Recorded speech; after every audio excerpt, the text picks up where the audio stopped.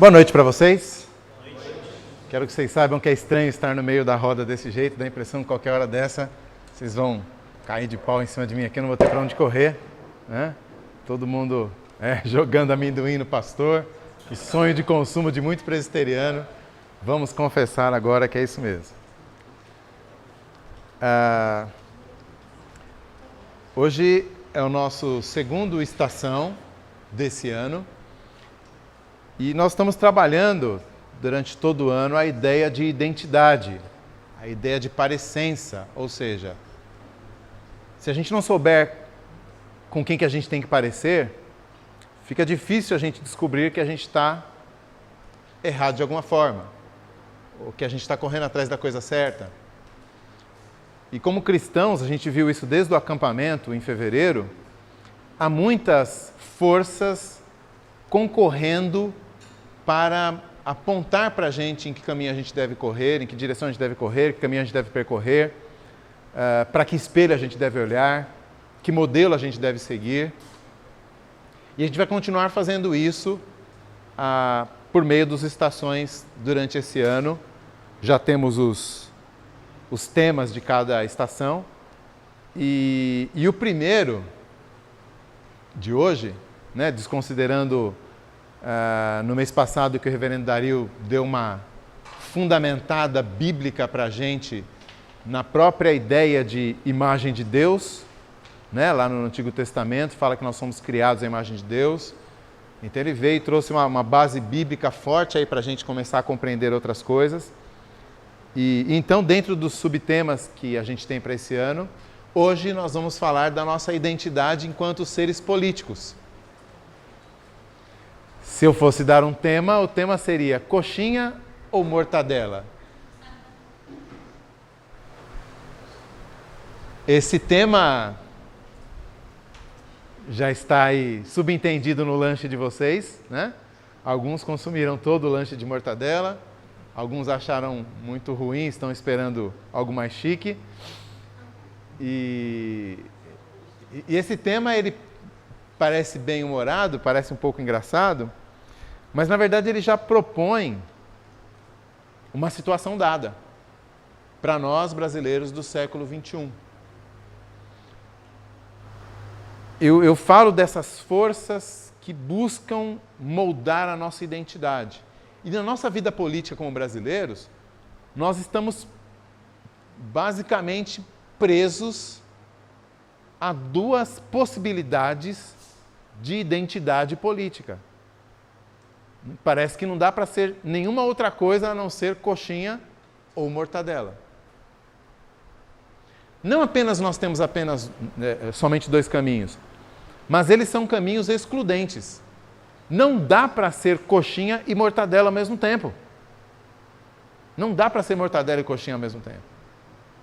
Não apenas excludentes, mas inimigos, de fato. Mal e mal dá para você trocar uma ideia, se você for mortadela, com alguém que é coxinha. Mal e mal dá para você conversar durante mais do que 10 minutos. Né? Daqui a pouco você está começando a excluir pessoas do seu Facebook. Quem sabe você está parando de conversar com algum amigo da igreja, porque você é mortadela e ele coxinha, ou vice-versa. Então veja como essas forças da nossa cultura estão se impondo e se apresentando como moldes nos quais nós temos que obrigatoriamente nos encaixar. Não te deixam opção. Não, eu sou empadinha. O meu negócio é misto quente. Vê uma pizza aí, né? Não. Se você ficar em cima do muro, provavelmente os grupos, um dos dois lados vai dizer, ele está do outro lado do muro. Ou algum grupo vai dizer assim, o muro é nosso. Então você já é um dos nossos porque você está em cima do muro. E de fato, o momento da nossa sociedade, ele não está nos deixando confortáveis em assumir uma terceira posição, uma posição de neutralidade, né? Já virou até meme a ideia do ser neutrão, né? É o neutrão, né? É o cara que que não tem posição, né? Eu sou neutrão. Aí parece que está acima dos outros, e aí você parece que é o mais arrogante de todos, porque você não assume nenhum dos dois lados. E aí o lado direito vai dizer que você está à esquerda, e o lado esquerdo vai dizer que você está à direita. Que é um outro jeito de definir ou de nomear essas forças, direita e esquerda. Eu estou com problemas aqui, porque, né, para onde eu me viro aqui, eu sempre vou ter esquerdas e direitas, e num momento vocês serão direitas, e no outro momento vocês serão esquerdas, né? Então esse círculo aqui está acabando com a minha temática, né? Mas tudo bem, vamos tentar ir em frente. Quem sabe assim eu fico mais, né, mais definida a minha plateia. Bom, eu pensei em como é que nós poderíamos abordar essa temática e me parece que talvez nem todo mundo saiba por que é que essas denominações começaram a ocorrer, direita e esquerda, e talvez nem todo mundo tenha muito claro o que é que elas significam. Então eu pensei em gastar 5 minutos falando rapidamente a respeito disso, se bem que qualquer gulgada sua, você se informa a respeito disso, não precisa ser ignorante. Mas basicamente na França do século qualquer coisa aí, 18 eu acho, havia um momento político e social que vocês estudaram, acho que lá pelo 8º ano, né? Revolução Francesa? É isso, né? Um negócio assim. Em que havia situações muito opostas em jogo, ou perspectivas muito opostas em jogo, em termos de manutenção do sistema em que havia uma nobreza e plebeus, e um novo sistema em que a nobreza fosse abolida, em que a monarquia fosse abolida, em que tudo isso fosse abolido. E então, quando há duas perspectivas muito fortes, muito claramente diferentes, há esse tipo de polarização que a gente está vendo no nosso país hoje. E então, o pessoal que entendia que deveria haver uma manutenção do status quo de nobreza no poder, eles começaram a se isolar no parlamento para o lado direito. E aí sobraram para o lado esquerdo aqueles que queriam uma mudança. Isso foi e voltou algumas vezes, mas acabou meio que se cristalizando.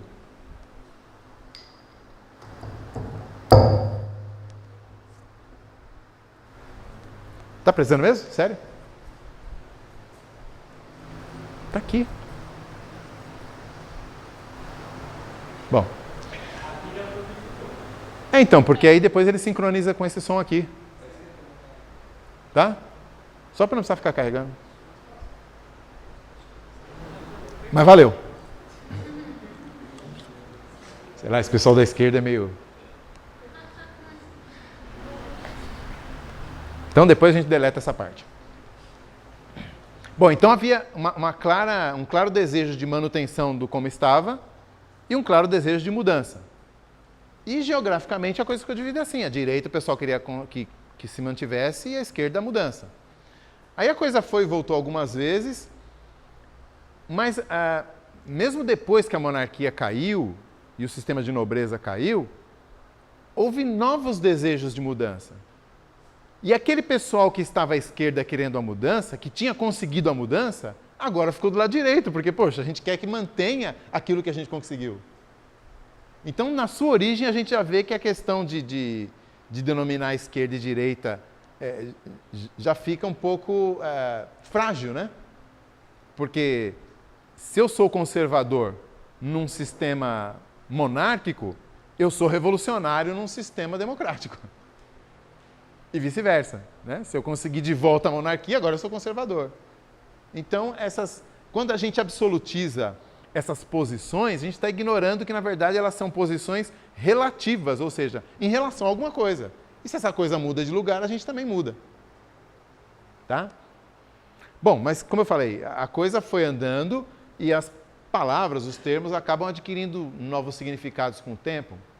Então, em linhas gerais, hoje em dia, quando a gente fala de direita e esquerda, a gente tem basicamente dois aspectos mais importantes que vão definir essas duas posições. E, curiosamente, esses dois aspectos, ou três, geralmente andam juntos. Quer dizer, dificilmente você vê alguém que pega a parte A da esquerda e a parte B da direita. Geralmente elas acabam virando um pacote, um combo, que você abraça tudo ou não. Até por causa dessa polarização. As pessoas cobram que você saia de cima do muro. Então você não consegue ficar, poxa, mas é que eu gosto dessa parte aqui e daquilo ali. Né? Não dá para ser uma coxinha com mortadela? Né? Não dá para ser um pão com frango desfiado? Não. Essa é a resposta que você vai ouvir. Não dá para ser. Então eu disse dois aspectos. Um deles diz respeito à economia. O formato da economia do país. Quando a gente fala que alguém é da esquerda, economicamente falando, pressupõe-se que essa pessoa defende uma maior intervenção do Estado na economia do país para garantir que a justiça seja feita. Reconhecendo que, se não houver essa intervenção, o sistema por si mesmo, deixado por si só, ele produzirá injustiça, o que ninguém quer. Do lado direito, a tese é outra. A tese é de que você não consegue regular esse processo. E ele funciona muito melhor quando ele é deixado por si mesmo. A famosa lei, né? Lei de mercado, oferta e demanda se equilibram naturalmente. Então, é provável que o da direita até reconheça que a injustiça vai acontecer, mas ele acha que o sistema por si só vai encontrar um mínimo de equilíbrio para continuar funcionando. É mais ou menos assim. Se eu for um patrão tão ruim que meus empregados morrem de fome, minha empresa vai à falência. Então, naturalmente, eu vou, peraí, não dá, os caras estão morrendo de fome, deixa eu melhorar o salário deles. Essa seria o equilíbrio natural, quer dizer, ninguém está mandando eu aumentar o salário e eu não sou bonzinho, mas eu percebo que é mais interessante para o sistema continuar funcionando que o meu funcionário não morra de fome. E aí, então, eu dou um aumento para ele. Isso em questão de economia. Bom, esse princípio de que ou eu deixo a coisa acontecer ou eu intervenho, ele também se apresenta no governo, não apenas na economia, na forma de governo. Na forma de governo, eu posso ter, não apenas na área da economia, mas em todas as demais áreas, um governo que intervém mais e um governo que intervém menos. Um governo que intervém mais, ele vai providenciar garantias para que aquela famosa injustiça não aconteça. Por exemplo, há pessoas morando de maneira subhumana. Então, se por princípio eu entendo que o governo tem a função de atender à injustiça ou de combater a injustiça, é muito natural, então, que o governo providencie moradias para as pessoas. É claro, ou garantias trabalhistas. É claro que essa necessidade só vai aparecer na classe mais baixa. Então, é um governo que vai intervir na vida social e econômica, sempre visando essa fatia da população, que na verdade é sempre a maior, visando atender demandas dessa população para que a justiça, pelo menos para que a injustiça não prevaleça. Do outro lado, do lado direito, então, o pessoal vai entender o seguinte. Quando eu intervenho nessas demandas, como governo, eu tenho naturalmente um governo que acaba crescendo nas suas atribuições.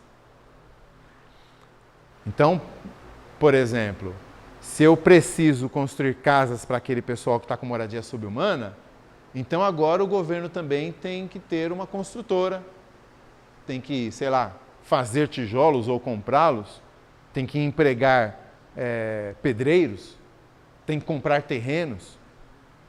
Né?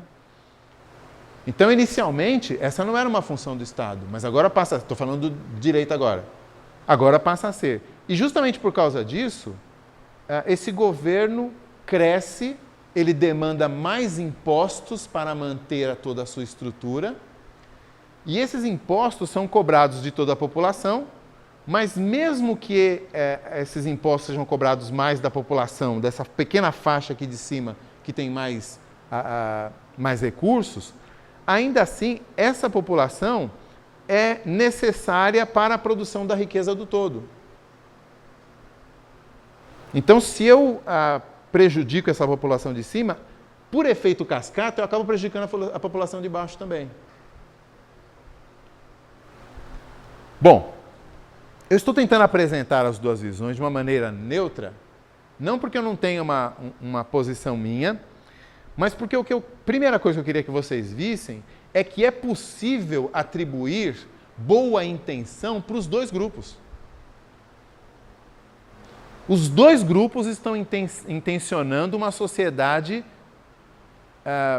mais próspera, uma sociedade até mesmo mais justa, mas eles enxergam caminhos diferentes para chegar lá.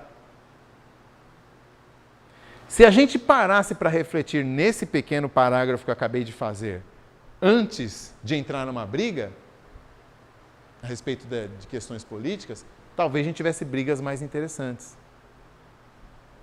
Talvez a gente conseguisse discutir com aquele mortadela sendo eu coxinha, sem precisar partir para a ignorância, sem precisar humilhar ou atribuir malignidades e tal, né? Sem demonizar o outro e vice-versa. Né? Talvez se a gente parasse para pensar nisso, a gente não teria esse apelido, nem de coxinha e nem de mortadela na ponta da língua para soltar. Então, esse primeiro ponto eu queria estabelecer. É possível olhar para a perspectiva do outro, percebendo que nós dois queremos como objetivo final a mesma coisa. A discussão é só qual método é mais eficiente para produzir aquele bem que nós queremos trazer para a nossa sociedade. O segundo ponto então, até aí eu estou falando de tolerância, até aí eu estou falando de moderação, até aí eu estou falando até mesmo de um tratamento fraterno do outro que discorda. Por que eu estou falando disso? Porque a minha identidade primeira não é se eu sou de esquerda, nem se eu sou de direita, mas se eu sou cristão. Então, sendo eu cristão, se alguém discorda, denigre ou desmonta a minha perspectiva política, a pessoa não conseguiu me atingir naquilo que eu sou, apenas em umas opiniões minhas. Melhor ou menor, ou mais ou menos construídas, né? Não importa agora. Corretas ou não, não é esse o ponto agora. Eu estou querendo dizer que muitas vezes nós vemos nos debates que mesmo cristãos acabam se assumindo tão coxinhas ou mortadelas, que se você falar mal da coxinha ou da mortadela, você está me atingindo na minha essência, naquilo mais íntimo que eu tenho, naquilo mais importante que eu sou, mas não é. Ou você deixou de ser cristão, em algum ponto. Então, acho interessante a gente lembrar disso na hora do debate. O segundo ponto que eu quero levantar aqui é que essas identidades, uma parte do apelo que elas têm, uma parte da força que elas têm para nos sugar para dentro delas, é no fato de que, pelo discurso de cada uma delas, elas se apresentam de uma maneira messiânica. O que é messianismo? Messianismo é a mentalidade individual ou social que concentra as expectativas todas em uma pessoa ou em uma instituição. Messias, aquele que vem para salvar. Quando eu faço isso, quando eu coloco todas as expectativas em cima de alguém, ele acaba ganhando um contorno sobre-humano, assim, umas cores além do razoável, e acaba me sugando para dentro dele, né? Seja um sistema, seja uma pessoa. Traduzindo, às vezes a gente vê discussões nas quais não é só o primeiro aspecto que eu levantei, como se a pessoa estivesse me atingindo naquilo mais essencial que eu sou. Né? Falou do meu partido, falou da minha mãe, né? Tempo de moleque era assim, né? Pode me xingar, mas falou da minha mãe, a gente sai no pau. Agora não, pode falar da minha mãe, mas não fale do meu partido. Então, quer dizer, parece que é essencial para mim. Mas num outro aspecto que eu estou levantando agora, parece que é essencial para o mundo. Não é só o que eu sou, é a salvação desse país. A salvação desse aeon, né? Dessa era, desse mundo. Se ao menos votassem do jeito certo, o mundo estaria, o problema estaria, a solução estaria, e assim por diante. Então a gente vê às vezes uma paixão que esse tema traz, que só dá para explicar nessa base. É messiânico. É messiânico. A pessoa realmente acreditou que aquele movimento vai salvar o mundo. Ora, se certa opinião, certa pessoa, certo veículo, certa cor, certa comida tem a capacidade de salvar o mundo, eu tenho mais é que brigar por ele mesmo, não tenho?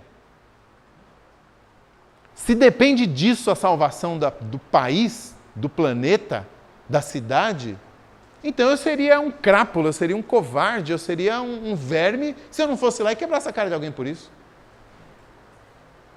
Mas espera lá. Depende. Alguma dessas posturas vai salvar o planeta, o mundo, a cidade, o bairro? Duvido muito. Duvido muito. Então, essas duas coisas eu queria deixar claro de entrada ou de saída, que me espantam quando a gente começa a discutir esse assunto. Por causa dessa polarização, daí que eu tirei essa ideia de introdução histórica, mas a gente não precisa entrar nessa polarização, pelo menos não assim, de cabeça, como a gente às vezes entra. Primeiro, eu não sou definido pela minha postura política, há coisas mais profundas e importantes que me definem, eu sou um cristão, e eu preciso tratar as pessoas nessa perspectiva, eu preciso ver a vida nessa perspectiva, em primeiro lugar. E em segundo, essas coisas de fato podem até trazer algumas mudanças, ou não.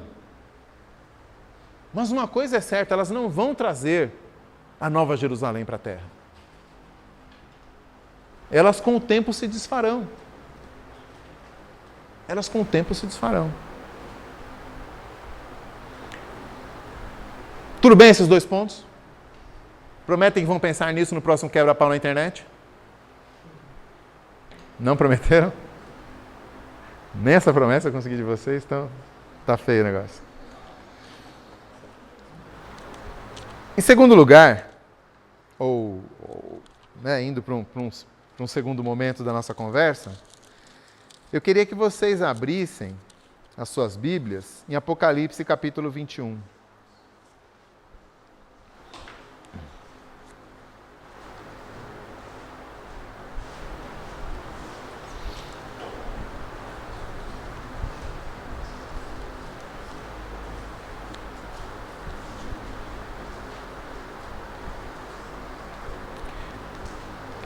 Quem tem aplicativo aí, abra, por favor.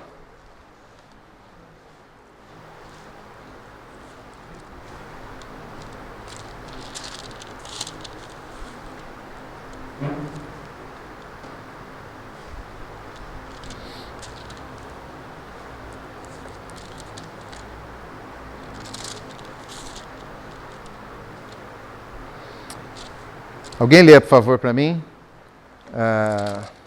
do versículo 1 até o 6. Vi no céu e nova terra. Hã? Tá, começa de novo. Vi novo céu e nova terra. Pois o primeiro céu e a primeira terra passaram e o mar já não existe. Vi também a cidade santa, a nova Jerusalém, que descia do céu da parte de Deus, ataviada como noiva, adornada para o seu esposo. Então ouvi grande voz vinda do trono dizendo: Eis o tabernáculo de Deus com os homens. Deus habitará com eles. Eles serão povos de Deus e Deus mesmo estará com eles. E lhes enxugará dos olhos toda lágrima e a morte já não existirá. Já não haverá luto, nem pranto, nem dor, porque as primeiras coisas passaram. E aquele que está sentado no trono disse: Eis que faço novas todas as coisas. E acrescentou: Escreve, porque estas palavras são fiéis e verdadeiras. Disse-me ainda: Tudo está feito. Eu sou o Alfa e o Ômega, o princípio e o fim. Eu, a quem tem sede, darei de graça da fonte da água da vida. Isso. O Apocalipse termina com essa imagem de uma cidade descendo da parte de Deus para a terra. Uma cidade diferente. Em primeiro lugar, porque ela tem no seu centro o trono de Deus. Deus habitará com eles e serão povos de Deus, Deus mesmo estará com eles. Então, o governo divino sobre a humanidade, ainda que ele exista em todo o tempo, ele vai ser estabelecido de maneira cabal e completa somente nesse dia. Também fala de lágrimas enxugadas, de luto não havendo mais, né, de terminar o pranto, por causa da presença deste que está sentado no trono. E também fala de que esse lar, essa cidade, é dada de graça, né? Acho que eu parei um pouco antes do que deveria a leitura. No versículo 7 fala: o vencedor herdará estas coisas. Né? Quer dizer, algo que é dado gratuitamente por Deus para aqueles que Ele escolheu. Um pouco adiante, outra pessoa lê para mim. Então, eu terminei, eu pedi para a Ramine ler apenas até o 6, né? Alguém lê, por favor, do 7 até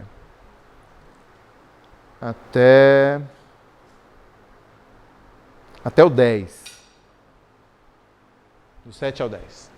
Bem alto. O vencedor herdará essas coisas, e eu lhe serei Deus, e ele me será filho. Quanto, porém, aos covardes, aos incrédulos, aos abominados, aos assassinos, aos impuros, aos feiticeiros, aos idólatras, e a todos os mentirosos, a parte que lhes cabe será no lago que arde com fogo e enxofre, a saber, a segunda morte. Então veio um dos 7 anjos que tem as 7 taças cheias dos últimos 7 flagelos e falou comigo, dizendo: Venha, mostrar-te ele a noiva, a esposa do Cordeiro. E me transportou em espírito até uma grande e elevada montanha e me mostrou a santa cidade, Jerusalém, que descia do céu da parte de Deus. Isso, aí o versículo 11, que está muito mal dividido, começa dizendo assim: a qual tem a glória de Deus. O próximo item aí dessa descrição é que a sua santidade, a sua beleza, a sua glória passa pelo fato de que os pecados foram desarraigados, foram arrancados pela raiz. Né? Tem uma lista lá de incrédulos, abomináveis, assassinos, impuros, feiticeiros, idólatras, mentirosos e tudo mais. pela lista, acho que não vai haver congresso nacional nessa cidade. Então, quer dizer, essa cidade ela é dada por Deus, ela é diferente porque o próprio Deus governa, ela é diferente porque debaixo do governo de Deus ele arrancou todo o mal que havia nessa cidade. E agora a última parte da leitura, outro alguém, por favor, leia, do versículo 22 até o 27.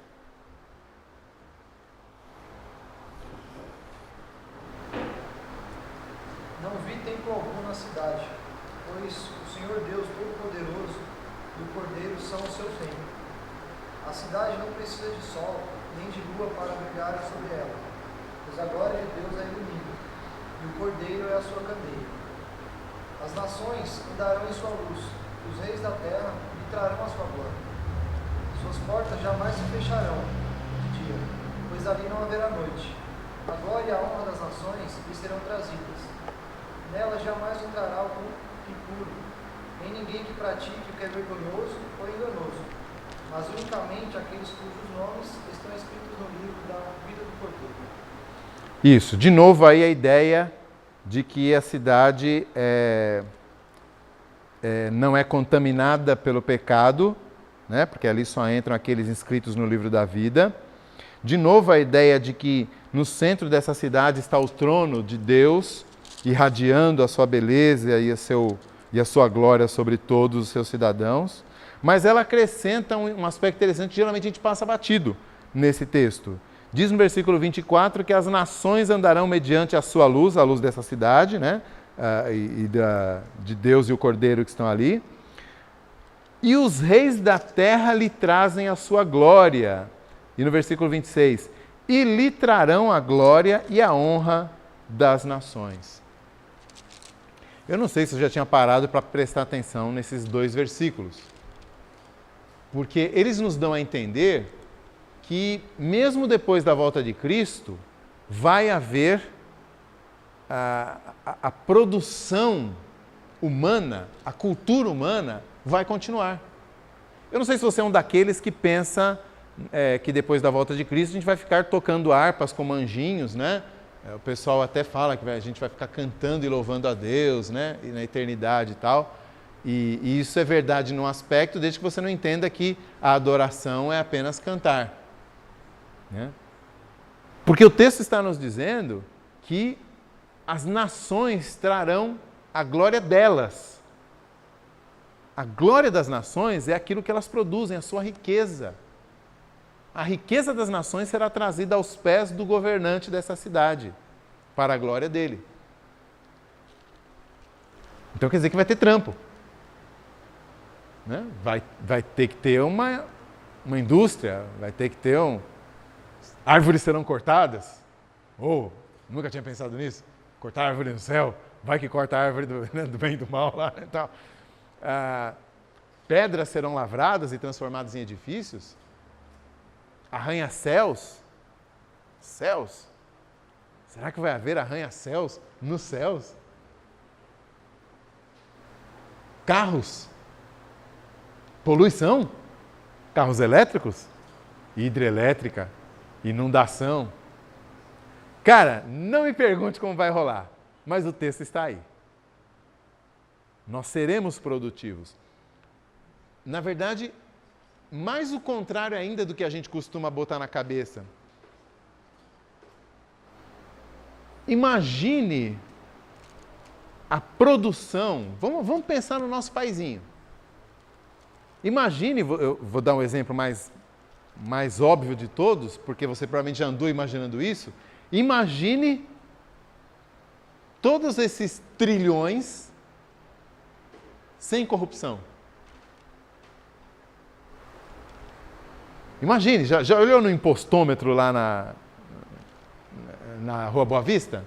Que lá pelo fim do ano está com 1,5 trilhão, né? Acho que é isso, né? 1,5 trilhão por ano de impostos.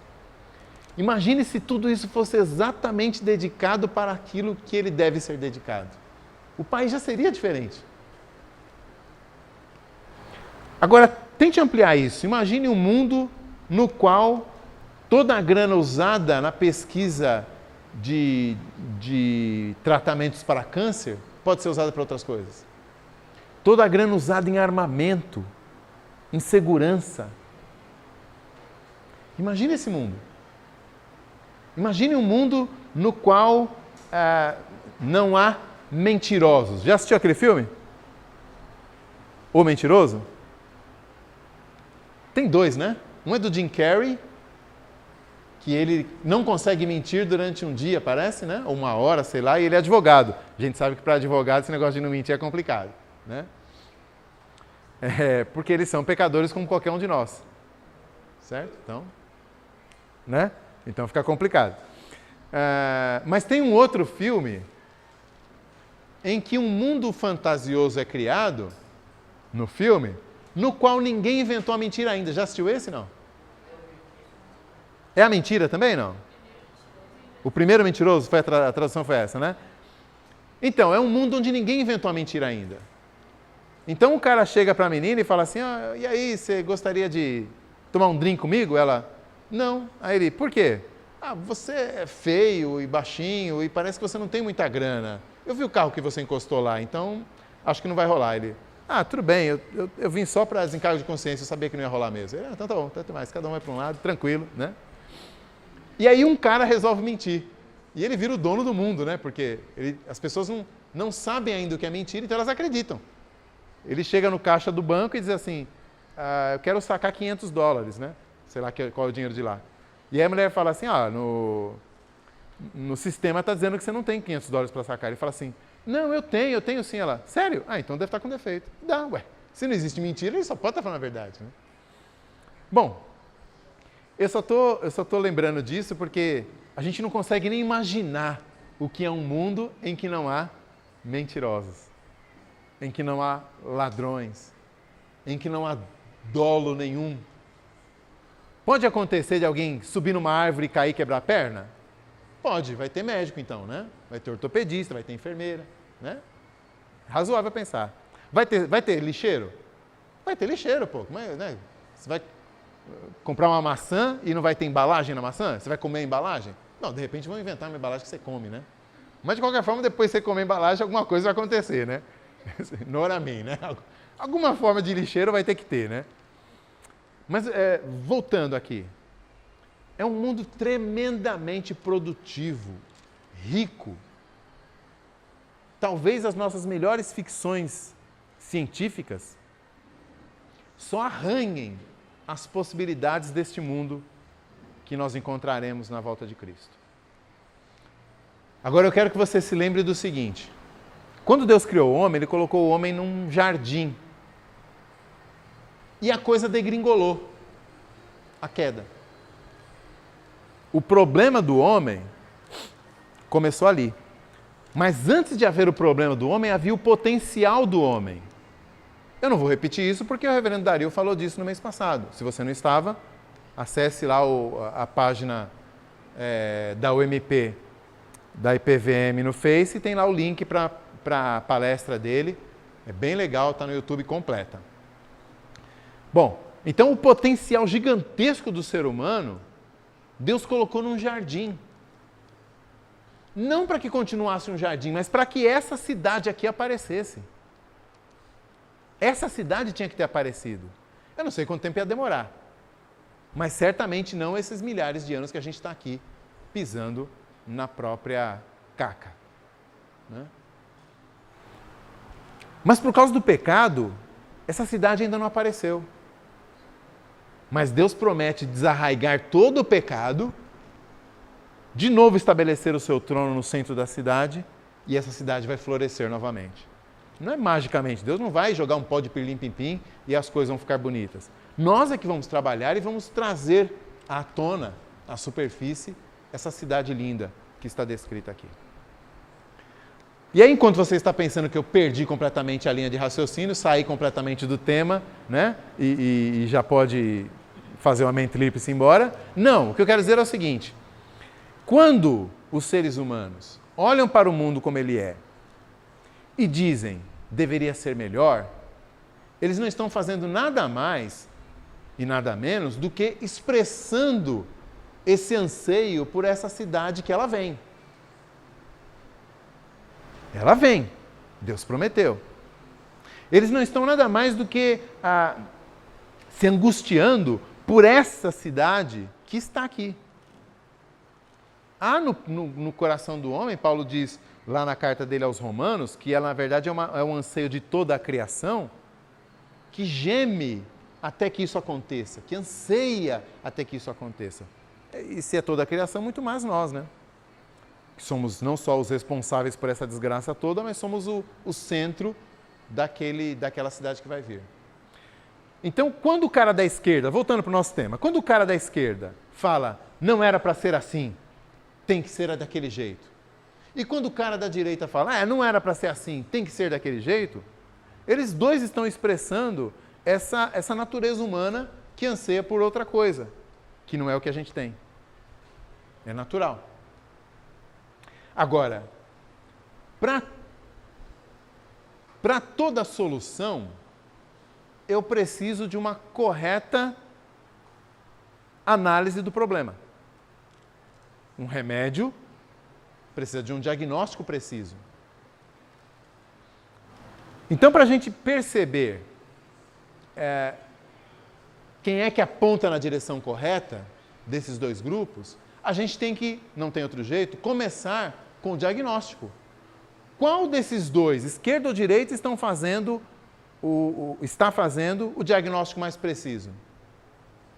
Em outras palavras, toda vez, não só nessa questão de direita e esquerda, mas toda vez vocês que são aí universitários ou pós-universitários ou pré-universitários, toda vez que algum pensador, algum livro, algum professor vier para você e começar a filosofar, a pergunta mais essencial que você tem que captar, se você tiver que fazer um fichamento da sua conversa, da palestra, do livro, comece com a seguinte cabeçalho: qual o problema do homem?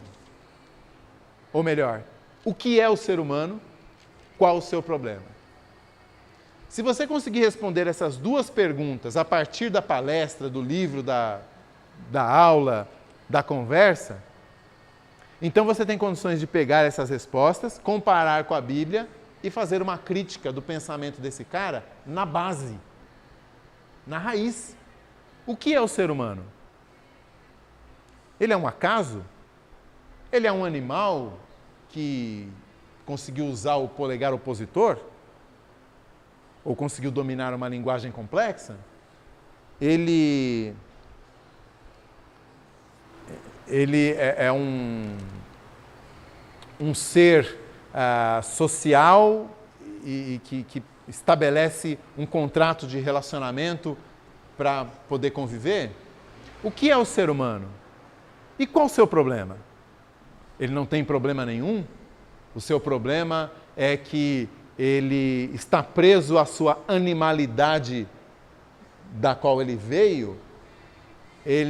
O problema dele é que ele sonha uma metafísica, sendo que ele é apenas um amontoado aleatório de moléculas? Qual é o problema desse ser humano? Essas duas perguntas. Se você conseguir responder, você sabe qual é o problema na base desse pensador com quem você está conversando ou dialogando. Vamos tentar responder isso em relação à esquerda e à direita. O que é o ser humano? O que é o ser humano para a esquerda e para a direita? Qual é o seu problema? Vamos começar com a esquerda. Qual é o problema do ser humano? Ou o que é o ser humano? Marx é um cara muito difícil de ler. Se você, como eu, já tentou ler, você sabe disso. É um horror, cara. É muito ruim de ler aquele troço. Mas ele é um economista explicando sociologia, né? E história. Aí já dá um rolo, né? E ele usa Hegel, que é um dos filósofos mais loucos que já existiu. Louco de verdade, o cara morreu no hospício. Então o negócio é terrível. Mas basicamente, quando Marx olha para o ser humano, ele vê o ser humano enquanto produtor. Ele olha o ser humano a partir do seu trabalho, daquilo que ele produz. Não trabalho no sentido de profissão, Muito menos de vocação no sentido protestante. Mas no sentido de mãos à obra mesmo, né? O que eu faço é o que eu sou. Se eu não fizer nada, não sou nada. Né? O ser humano em si, ele não merece muita consideração de Marx. O que merece consideração de Marx é o ser humano enquanto Faber, né? Homo Faber, o ser que produz. De maneira que dificilmente você vai ver em Marx, e na verdade na esquerda em geral, a ideia do valor do ser humano, da dignidade humana. Parece que sim, mas não. Parece que sim, mas não. Por exemplo, quando você defende o pobre, não é necessariamente por uma dignidade do ser humano, mas porque ele tem o direito sem uma base antes, né? Você estabelece que ele tem o direito sem ter uma base para isso. Se você não acredita em criação, na verdade fica até difícil falar sobre direitos, né? Mas na sociedade, vista como um grande contrato social, todo mundo participa dela e todo mundo tem direito a ela, aos seus bens. Então, se alguém está privado desse direito, participando da sociedade sem dela receber, percebe como não é um problema, digamos assim, do indivíduo? É um problema da sociedade? Então, dificilmente o indivíduo é adressado, é abordado. É sempre a sociedade. Veja um exemplo disso na tal da dívida histórica. Por exemplo, quando você fala que todo homem é um opressor de toda mulher, ou todo branco é um opressor de todo negro, por mais que você use as expressões todo ou cada um, na verdade você está pensando em categorias. Os brancos, os homens, os negros, os pobres, os... É assim que você vê o ser humano. Dificilmente como indivíduo, não faz sentido. Mas é sempre aquele indivíduo na relação com o todo. E a partir do todo, ele como peça. É um grande relógio no qual uma peça não está bem. Precisamos resolver o problema dessa peça para que a roda volte a funcionar. Então é difícil falar do problema do ser humano nessa perspectiva. A gente consegue falar do problema da sociedade. Macro, né? Sempre macro. Qual é o problema da sociedade? O problema da sociedade é que todo ser humano é igual, mas nem todos têm igual. Todo ser humano tem o mesmo potencial de produzir, mas nem todos recebem o retorno disso de maneira igual. É por isso que na esquerda a prioridade é a igualdade. Às vezes se fala de justiça, mas não é a mesma coisa. Igualdade é a mesma coisa que justiça? Quem lembra das aulas de filosofia lá da 8ª série? 9º ano. Lembra de Aristóteles falando sobre o que é justiça? Justiça é dar a cada um aquilo que lhe é próprio. Essa é a ideia lá de... Eu nunca lembro se é Aristóteles, se é Platão ou se é Sócrates. Um dos três lá. Se você pensar nesse sentido, então a justiça não é todo mundo ter igual. Porque a gente sabe que o Ítalo é um cara preguiçoso, mas o Dani Langer é um cara trabalhador. Seria justo que os dois recebessem igual? Isso fere o senso comum. Não parece razoável. Parece mais justo que o Ítalo, que é preguiçoso, não receba a mesma coisa que o Dani, que é trabalhador. É senso comum. E é razoável. Então, igualdade não é a mesma coisa que justiça. Não necessariamente. As duas podem coincidir, mas elas não são a mesma coisa. Né? Bom, então acaba sendo a prioridade aqui a igualdade. Todo mundo é igual. Então todo mundo deveria conseguir igual, ter as mesmas oportunidades e tudo mais. Bom, então aí eu tenho o que é o ser humano, um pouco difuso, porque é sempre a sociedade, qual é o problema do ser humano, difuso porque é o problema da sociedade, mas a resolução está em maiores chances de igualdade, maiores oportunidades de igualdade, uma igualdade mais presente na sociedade. Como é que eu consigo isso? Bom, obviamente, quem tem mais não quer abrir mão do que tem para que o outro tenha igual. Também é senso comum, nem estou falando se está certo ou não. Certo? Você não quer, ele não quer ceder o cabelo dele para o Dani. Né? Não rola. Então veja, como o nosso texto diz que o problema do ser humano é o pecado. Tanto que na nova cidade tem que estar fora os idólatras, mentirosos, os assassinos e tudo mais. Senão a cidade não rola. Se eu não enxergar isso, eu vou correr atrás de uma solução que não soluciona. Então veja, quanto tempo eu já gastei? Quem está de olho no relógio aí? Hã? Alguém vai cronometrando aí, senão... Então veja. Hã? Então veja só. Eu tenho um problema que a Bíblia diz que parte do coração do homem. Que precisa ser desarraigado de lá para que eu não tenha mais problemas. A solução é radical. Quando eu proponho uma solução para esse ser humano, olha, a solução é a igualdade. Essa solução não rola, ela não cola. Há muito egoísmo, há muito egocentrismo para que eu simplesmente ceda. Não só isso, eu trabalhei mais do que você. O meu senso de justiça fica recalcitrando com isso. Não só eu sou mais trabalhador e você mais preguiçoso, eu tenho mais talento que você. Percebe que todos os obstáculos são individuais?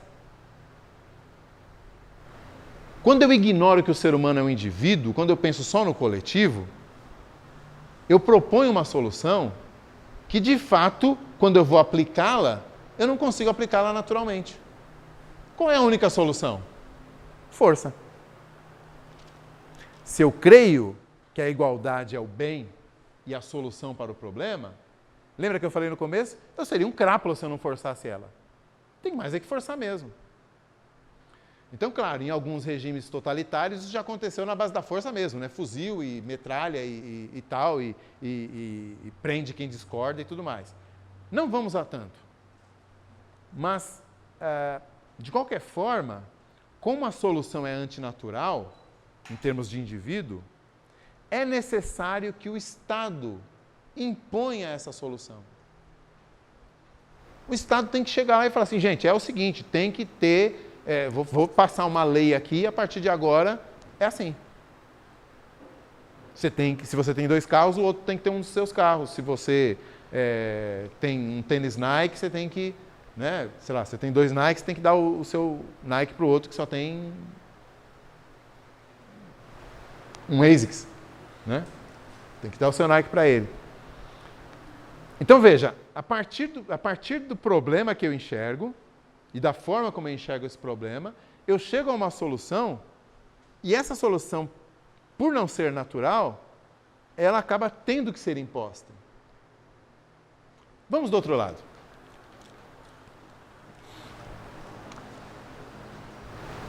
A direita também não enxerga o problema onde ele está. Mas, pelo menos, ela o reconhece, vamos dizer assim. Qual que é o argumento? Lembra do cara lá, do patrão, que por simples egoísmo de manter seus funcionários vivos, deu um aumento para eles? Ele não requer que o cara seja bom, ele não pede uma reforma do coração do cara. Ele só pressupõe que o cara querendo o melhor para si mesmo, sendo uma parte da engrenagem maior da sociedade, tendo o seu melhor, acaba beneficiando por osmose outros. A vantagem da direita, da visão da direita das coisas, está exatamente nisso. Ela é mais realista na sua expectativa do que o homem pode fazer. Sendo mais realista ao propor a solução, ela acaba conseguindo implantar melhor a solução, sem precisar que pela força o Estado realmente imponha essas necessidades. Então, você vê a dificuldade histórica da esquerda e, digamos assim, a naturalidade histórica da direita. Eu ainda nem cheguei na questão de se não está certo ou está errado, percebe? Eu estou tentando ser pragmático aqui. Funciona ou não? Para que uma proposta funcione, ela tem que ser imposta à força. E você precisa, então, de um Estado não apenas grande o bastante para fazer aquela casa que eu comentei lá no começo, mas você precisa de um Estado forte o bastante para impor leis sobre todos, para que todos possam ter o seu Nike. E esse controle cada vez maior da sociedade, que vai exigir um Estado cada vez maior, vai trazer outros problemas. Desse outro lado, a naturalidade do problema, a naturalidade da solução, mantém o problema individual. Ele não ganha um problema estrutural, o problema é dos indivíduos, que tem que se virar. Você não tem um tênis? Vai à luta. Eu não vou resolver seu problema. Continua vindo de chinelo na igreja. Passa vergonha. Então, em termos de estrutura, são propostas completamente diferentes porque enxergam o ser humano de maneira diferente. Bom, agora deixa eu tentar comparar isso com um quadro bíblico do que é o ser humano. Segundo a Bíblia, o ser humano foi criado à imagem de Deus, mês passado, com um potencial para a realização, com um potencial para o trabalho, com um potencial para a autorrealização no trabalho. E quanto a isso, as duas perspectivas abordam a importância do trabalho, do realizar, nas duas perspectivas. Mas, segundo a Bíblia, o potencial do ser humano para o bem foi corrompido. Então, quando eu penso em criação e queda, as duas vertentes olham para a criação, porque elas olham para o mundo, é o mundo como Deus o fez. Mas quando as duas olham para a queda, nós começamos a ver uma diferença. É como se a esquerda não visse a queda. O problema da sociedade é quase que fosse assim. Se eu conseguisse criar o Mowgli, manja Mowgli? O garoto criado por lobos? Manja? É como se eu tivesse o Mowgli, ele seria uma pessoa feliz, perfeita e plena e realizada. Porque o problema é a sociedade. Os seres humanos nascem bons, nascem belos, nascem com um potencial para o bem. Mas a sociedade vem e estraga tudo.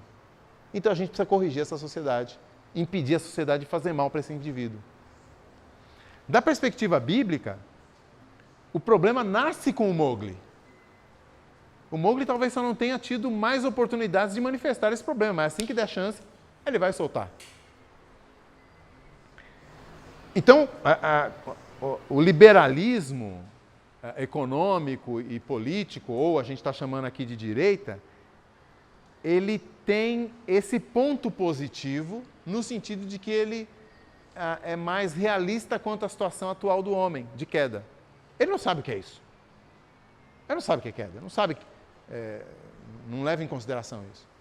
Mas ele observa e fala, realmente o problema existe. Eu não vou conseguir impor isso, uma solução para isso. A melhor solução é que as coisas se encaminhem. Bom,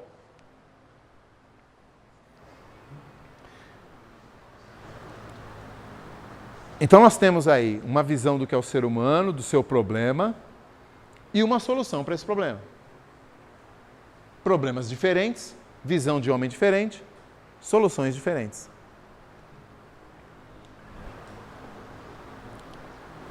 Até aqui, a gente talvez precisaria dizer que ambos os lados observam coisas importantes. Ainda que eu tenha dito, e acho isso mesmo, que justiça não é igual a igualdade, não é a mesma coisa que igualdade,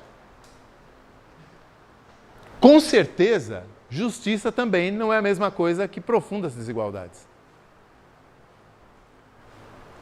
Então, enquanto a esquerda está preocupada com a igualdade, ela chega muito mais perto de ansiar pela justiça do que a direita. A direita só produz alguma justiça como efeito colateral, no máximo. Não está minimamente preocupada com isso. Estou pensando dialeticamente, tá, gente? Sim, quase que maniqueísta aqui, né? Dois campos opostos, eu não estou cruzando nenhum dos dois. Mesmo porque eu comecei falando que você não consegue, na polarização da discussão atual, você não consegue dizer, eu quero a parte A desse, a parte B desse, a C desse aqui. Você não está mais conseguindo fazer isso. Então, eu estou trabalhando nessa perspectiva. Então, eu dizia que a justiça está muito mais buscada ou ansiada pela esquerda e pela direita. No entanto, além da justiça, que não é alcançada, mas pelo menos é mais ansiada pela esquerda, há o outro aspecto do valor do ser humano como indivíduo. E esse é muito mais presente na direita do que na esquerda. A esquerda está completamente disposta a abrir mão da individualidade para que um pouco de justiça, chamada de igualdade, aconteça.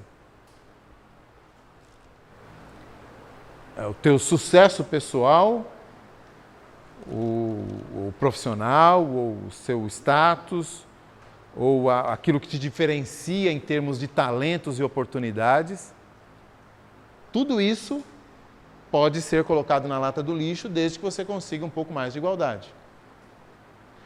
Desse outro lado aqui, é exatamente isso que conta.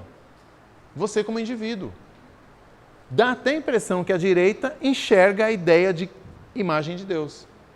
Cada ser humano criado de maneira especial, como indivíduo, com a sua individualidade, com o seu potencial a ser alcançado na presença de Deus. Dá até a impressão que eles sacaram isso. Não sacaram. Mas essa valorização do indivíduo, ela tem esse lado positivo. Ela observa o ser humano com mais propriedade. O ser humano é um indivíduo e ele tem valor em si mesmo. Não apenas como peça de um jogo maior, de um relógio gigantesco. Como indivíduo, nós temos valor porque fomos criados à imagem de Deus. Então, ainda em cima do muro, eu também quero dizer isso. Há um aspecto positivo em cada lado. Agora, eu queria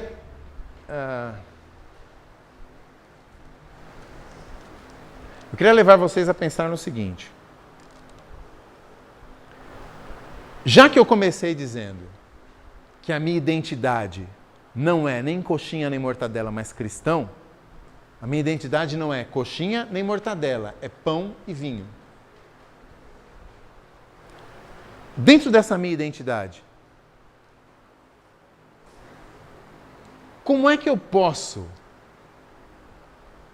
me acomodar a essa polarização em que apenas eu tenho que escolher um lado ou outro? Se eu, de uma perspectiva cristã, consigo olhar e ver que nenhum dos dois lados traz a cidade eterna. Que nenhum dos dois lados sequer conseguiu enxergar o problema direito. Que nenhum dos dois lados tem uma visão correta nem do que é o ser humano, quer dizer, o básico do básico. Será que é possível eu me acomodar como cristão em uma dessas duas visões de mundo? De governo? De sociedade?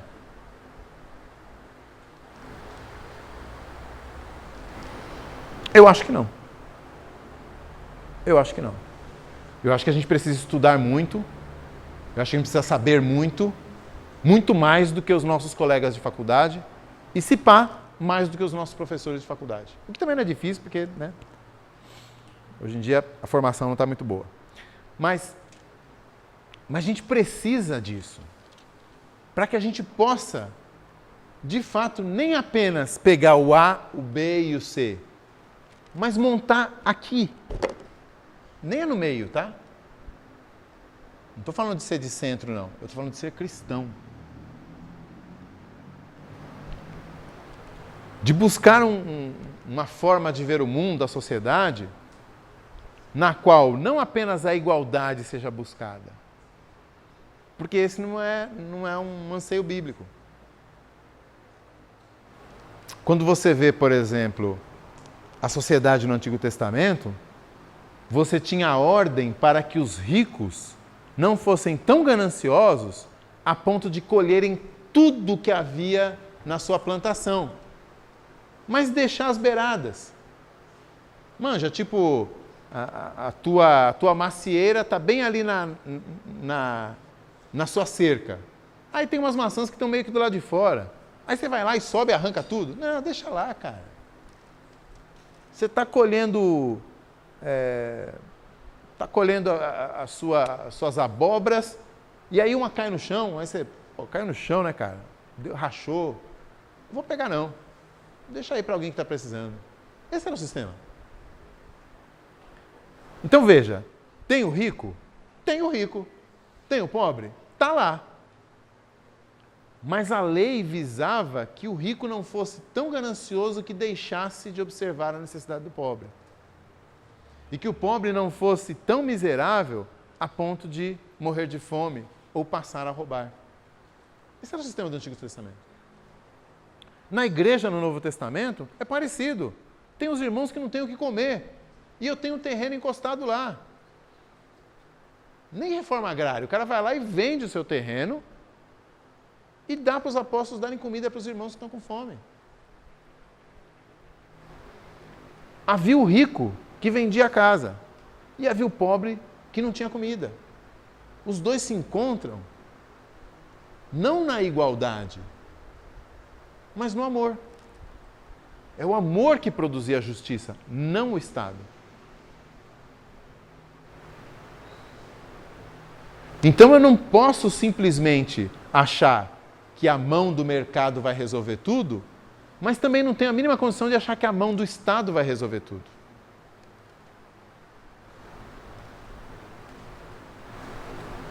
E, por outro lado, não sou nem besta nem ingênuo de achar que a mão do amor vai reger um mundo em que Deus ainda não é o rei. Então, como cristão, na verdade, eu sou bastante cético em relação a essas ideologias. Eu observo, vejo as falhas, vejo as limitações, até percebo que é mais conveniente viver no mundo capitalista do que no mundo socialista. Percebo que há alguma conveniência nisso. Esse Estado inchado, para usar uma expressão clichê, esse Estado inchado que tem que gerenciar a casa, a lei do Nike e tudo, ele acaba gerenciando a consciência das pessoas. E ao gerenciar a consciência, historicamente ele acabou tendo que gerenciar até mesmo a religião das pessoas. Então eu fico esperto com esse negócio. Falo, pô, esse esquema não é legal. E ele não me dá brecha para agir como indivíduo em amor. Porque o indivíduo é o que menos age nesse esquema. Então eu acho mais conveniente, quando eu estou desse lado aqui, e como indivíduo consigo resolver pequenos problemas. Essa é a perspectiva bíblica. Eu como patrão, sou um patrão diferente. Eu como funcionário, sou um funcionário diferente. Como pai, eu sou um pai diferente. E nisso eu posso influenciar as pessoas. Como indivíduo eu consigo fazer isso. Do outro lado, não. Então eu posso até perceber uma conveniência maior para mim num Estado liberal. Ok? Né? Liberal nesse sentido, político econômico, de direita. Mas eu jamais posso vestir a camisa e dizer assim, então agora eu sou um liberal de direita. Eu sou um neoliberal, eu sou... De maneira alguma. Eu tenho anseios muito maiores. E eu tenho responsabilidades muito maiores também como cristão, do que simplesmente esperar que o Estado faça tudo. Há outros detalhes que a gente não consegue abordar aqui, mas pense no seguinte problema. A questão principal é o pecado, não é a grana e nem o capital.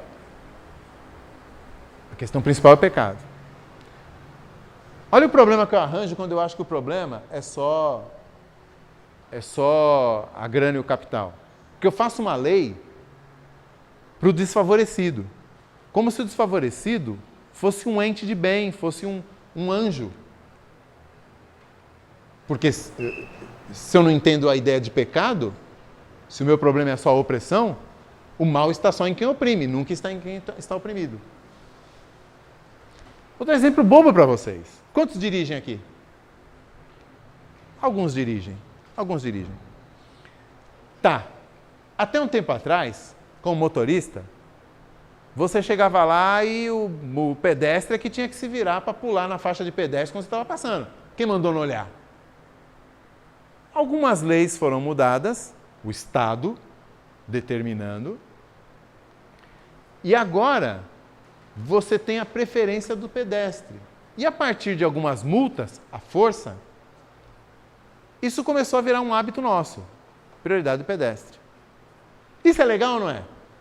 Eu acho legal, cara. Eu sou pedestre de vez em quando também. A própria ideia, olha como a ideia de igualdade aproxima com justiça.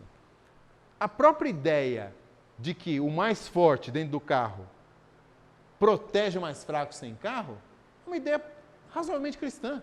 É ou não é? Mas sem a ideia de pecado, eu não percebo o que vai acontecer. E o que vai acontecer é o seguinte: o pedestre agora atravessa sem nem olhar. Você que se dane, senão eu te processo, besta. Alguém já viu isso acontecer?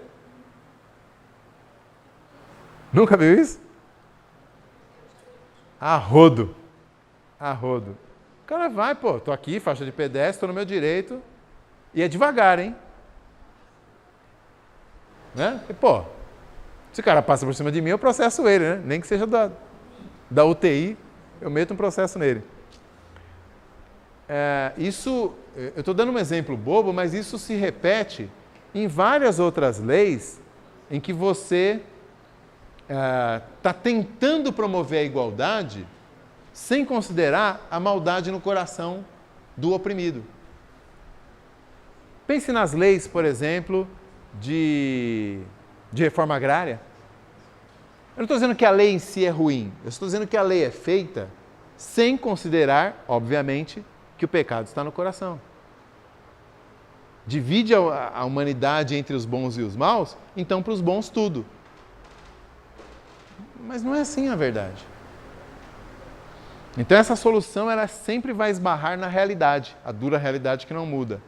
Enquanto você não tirar os mentirosos, idólatras e assassinos, a gente vai continuar tendo uma sociedade injusta. Ou porque tem alguém oprimindo, ou porque tem um opressor, ou porque tem um oprimido que agora pode dar o troco. Né? Então, eu não sei se eu consigo chegar a fazer uma conclusão sem gastar mais uma hora de palestra, mas eu espero que tenha conseguido fazer vocês refletirem, primeiramente, na fraqueza que essas ideologias têm, na limitação que essas ideologias têm para se apresentarem como cosmovisões, como determinantes de quem nós somos, de como nós vemos o mundo e as pessoas. Elas são muito limitadas, muito frágeis. Nós precisamos de conhecer a Bíblia e buscar a justiça e o amor como instrumentos de transformação da nossa sociedade. Mas como isso não vai acontecer no macro, porque o Estado não consegue impor amor, porque o mercado não consegue impor justiça, então nós podemos fazer isso no microcosmo nosso. E é claro, se algum de vocês tiver vocação política, excelente. Mas se você chegar lá em cima e apenas se transformar num de direita ou num de esquerda, vai ser só mais um pouco de água no oceano. Se você não tiver uma visão cristã da vida, pouca diferença você vai fazer. Ou porque você vai propor soluções que não solucionam, ou porque você vai propor a continuidade dos problemas, que também não vai solucionar nada. Então é isso. Não sei nem que horas são. 15 para as? 10 para as? Para as 9. Então, eu queria dar 10 minutos aí para ouvir vocês. Perguntas, sugestões, críticas, reclamações. Eu querendo justiça, igualdade. Isso seria igualdade. Você quer o quê? 50 minutos também? Tá bom. Diga. Visões e ilusões políticas. Qual o nome? Visões e ilusões políticas. Cristão. E é muito legal porque fala de cada visão assim. E a introdução, e aí no final fala a visão cristã de todo esse cenário, depois todas as outras. E a introdução é muito legal porque ela mostra de como que a ideologia é uma idolatria. Então, no começo eu escolhi aborda já isso para você já ir para o livro com uma outra visão, né? De como que às vezes a gente também leva o nosso coração tão idólatra que acaba sendo intolerante, do que isso seja mais importante que as pessoas. Então, seja mais importante que Deus. A gente acaba na mão do outro. Me fez pensar bastante. É muito legal o livro. Ô, Catê, faz o seguinte, quando a gente postar, né, por exemplo, a foto do encontro de hoje, bota lá acha o livro, né, bota o link do livro de alguma editora e tal, e aí quem tiver interessado, corre atrás, tá? Mais alguém? Tem uma série de imagens de um pensador político. Ele passou a visão política de cada segmento, de tudo que foi desenvolvido pelo ser humano, a partir do ponto que você tem duas vacas. Então ele fala a visão socialista, a visão comunista, a visão de equities, né, o comércio de ativos que não existem, o capitalismo por si só. Então ele vai falando toda a visão, inclusive o fascismo, tudo que a gente tem registrado na história, a partir do momento que você tem duas vacas. Então ele fala, por exemplo, você tem as duas vacas, você ordenha o leite e tem que dar o leite para todo mundo. Ou uma vaca é sua e a outra é do Estado. E ele vai fazendo vários exemplos. Está tudo em inglês, mas é muito bacana. Então acho que posso colocar no post ali o link dessa série de imagens, que é muito legal para a gente ter noção de visões políticas e... De uma maneira simplificada, esquematizada, né? Ele pega uma coisa bem simples e fala como que é a visão política de cada uma delas. Beleza, bacana. Mais alguém não? Já é, Elvis? Então, beleza, gente. Nós vamos encerrar. Vai ter alguma coisa depois, não? Music, não? Já era? O Big tá dormindo, então acho que não vai ter música. Então nós vamos encerrar. E eu vou orar, gente.